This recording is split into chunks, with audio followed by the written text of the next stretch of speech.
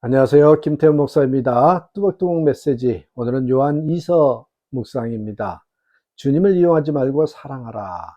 요한 2서 1장 1절에서 13절 말씀 가지고 뚜벅뚜벅 함께 걸어갑니다.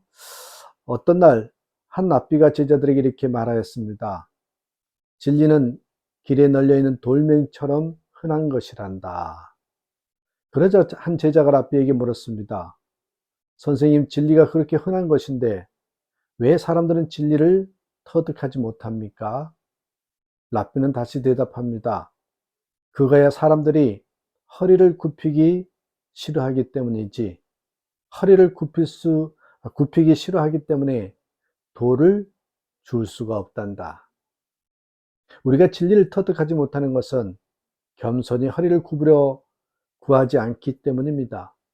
이미 우리 안에 들어와 계시고 영원히 함께 하실 그분을 우리가 느끼지 못하는 것은 그분께 도와주기를 겸손하게 구하지 않기 때문입니다. 성경이 말씀하는 진리는 다른 것이 아니라 바로 예수님이시죠. 그리고 또 하나 진리는 예수님의 말씀입니다. 예수님을 진리라고 믿는 사람들은 예수님께서 하신 말씀을 또한 진리로 받아들입니다. 예수님을 진리라고 믿으면서 그 말씀을 진리로 믿지 못한다면 앞뒤가 맞지 않죠. 어떤 사람은 믿겠다면서 그 사람의 말만은 믿지 못하겠다는 것은 모순이잖아요. 예수님을 진리라고 믿는 것은 그 말씀을 또한 진리라고 믿는 것입니다. 예수님을 진리라고 믿으면서 그분의 말씀을 따르지 않는다면 이것은 심각한 문제입니다. 예수님을 진리로 믿는 사람은 반드시 그가 하신 모든 일을 믿을 뿐만 아니라 그 말씀을 진리로 따르는 사람입니다. 오늘 말씀은 진리이신 예수님을 모시고 진리이신 예수님을 아는 사람들이 살아가는 모습을 기록하고 있습니다. 진리이신 예수님을 믿고 아는 사람은 어떤 사람이어야 합니까? 첫째, 진리를 행하는 기쁨이 있어야 합니다. 4절에 너희 자녀들 중에 우리가 아버지께 받은 계명대로 진리를 행하는 자를 내가 보니 심히 기쁘도다. 인사를 끝낸 사도 요한은 가장 먼저 자신에게 기쁨이 있다고 말합니다. 그런데 무엇을 그렇게 기뻐한다는 말입니까? 그것은 진리를 행하는 자를 보는 것입니다. 사도가 이토록 기뻐하는 것은 진리를 쫓아서 사는 사람들이 있기 때문입니다. 진리를 행하는 자, 여기에서 행하다, 페리파테오, 이 말은 돌아다니다 라는 뜻입니다. 시장에서 물건을 사기 위해 이리저리 돌아다닌다는 것처럼 돌아다니는 것입니다. 돌아다닌다는 것은 곧 그의 삶이 있죠. 어떻게 살아가고 있는지 삶의 행위를 가리키는 것입니다. 도둑질하기 위해서 이리저리 돌아다닌 사람은 도둑놈의 삶이죠. 다른 사람을 도와주기 위해서 이리저리 돌아다닌 사람은 의로운 사람입니다.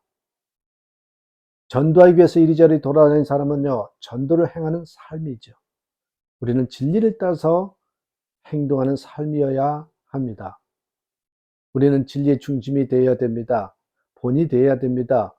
예수 믿는다고 하면서 예수를 욕먹이는 일이 없어야 합니다. 그러면 예수를 두 번 죽이는 거거든요. 자, 진리를 행하는 자. 두 번째는 여러분, 서로 사랑하는 사람이어야 합니다. 사도 요한은 말씀을 받는 사람들에게 구하고 있습니다. 여기서 구하다라는 말은 질문하다, 간청하다, 빌다는 뜻입니다. 사도가 우리에게 간청하고 있는 것이 무엇입니까? 5절. 부녀여, 내가 이제 내게 구하노니 서로 사랑하자. 이는 새 계명같이 내게 쓰는 것이 아니요 처음부터 우리가 가진 것이라. 교회를 지극히 사랑하는 사도는 진리를 아는 사람들로서 진리를 따라서 서로 사랑을 실천하기를 간청하는 것입니다. 진리를 믿는 사람들이 따라야 할 가장 우선할 말씀은 서로 사랑하는 것입니다. 예수님을 믿는 사람들이 행해야 할 가장 중요한 진리가 바로 서로 사랑입니다. 예수님은 사랑하는 것을 친히 보여주시면서 우리들에게 사랑하라고 말씀하셨잖아요. 예수님은 요한복음 15장 12절에서 내가 너희를 사랑하는 것 같이 너희도 서로 사랑하라. 예수님은 사랑의 시범을 보여주시고 너희도 이렇게 사랑하라고 말씀하신 것입니다. 6절 또 사랑은 이것이니 우리가 그 계명을 따라 행하는 것이요 계명은 이것이니 너희가 처음부터 들은 바와 같이 그 가운데서 행하라 하십니다. 사랑은 다른 것이 아니라는 것입니다. 사랑은 하나님의 계명을 지키는 것입니다. 여기서 계명은 다른 것이 아니죠. 오늘 말씀에서 계명, 엔톨레이란 말은 4절, 5절에 각각 한 번, 그리고 6절에 두 번이나 사용되었습니다. 계명은 권위 있는 명령을 가리키죠. 진리신 예수님의 말씀이 또한 계명입니다. 서로 사랑하라는 말씀이 바로 계명입니다. 이것은 서로 사랑하라는 말씀은 지키면 좋고 안 지켜도 그만인 것으로 받아들이지 말고 하나님의 준엄한 명령으로 받으라는 것입니다. 예수님의 말씀을 잘 지키는 것이 주님을 사랑하는 것입니다. 그분을 사랑한다는 말은 그분의 말을 잘 따르는 것이 그분을 사랑하는 것입니다. 어느 병원에서 생긴 이야기입니다. 임종하고 있는 노인이 있었습니다. 노인은 심장마비를 치료하느라고 강한 진통제가 들어가서 정신이 몽롱한 상태였습니다. 노인은 마지막으로 아들을 기다리고 있다고 희미하게 말했습니다. 그때 해병대 군복을 입은 청년이 들어섰습니다. 간호원이 소리를 질렀습니다. 할아버지, 기다리던 아들이 왔어요.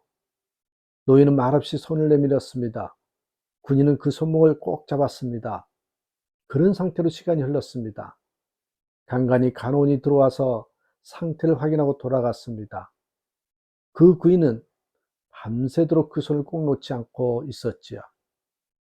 간호원이 들어와서 그만하고 눈 좀 붙이라고 해도 말없이 노인의 손목을 잡고 있었습니다.